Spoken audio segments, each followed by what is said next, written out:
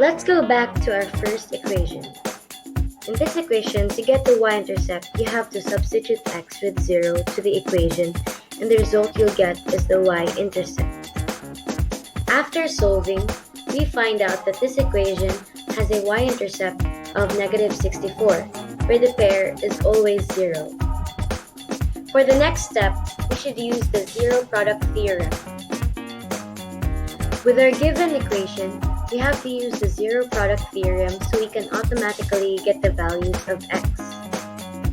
We apply the zero product theorem by transposing the number to the right side, and it becomes x equals negative 2, x equals 2, and x equals 4. So we now have the values of x. Then lastly, we need to label each with its multiplicities or the multiplicity of 0. Multiplicity refers to the number of times that its associated factor or exponent appears in the polynomial.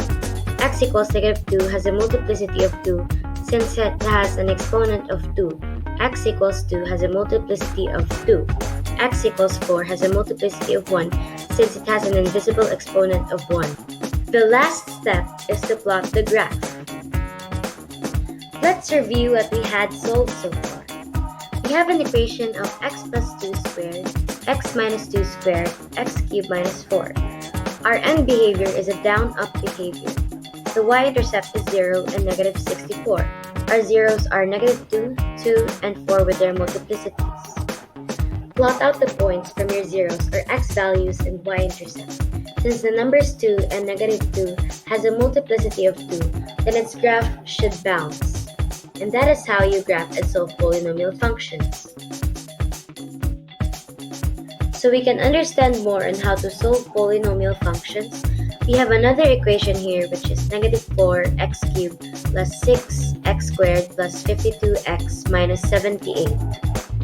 It has an up-down end behavior since it has a negative leading coefficient and the highest exponent is an odd number.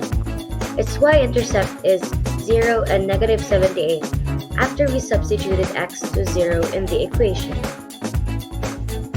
Since the equation is written in standard form, you still have to factor these. Divide the equation into pairs and find their common factors.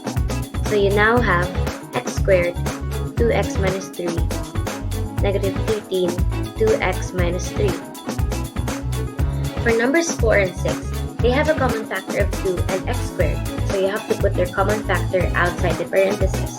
The same with numbers 52 and 78, their common factor is negative 13.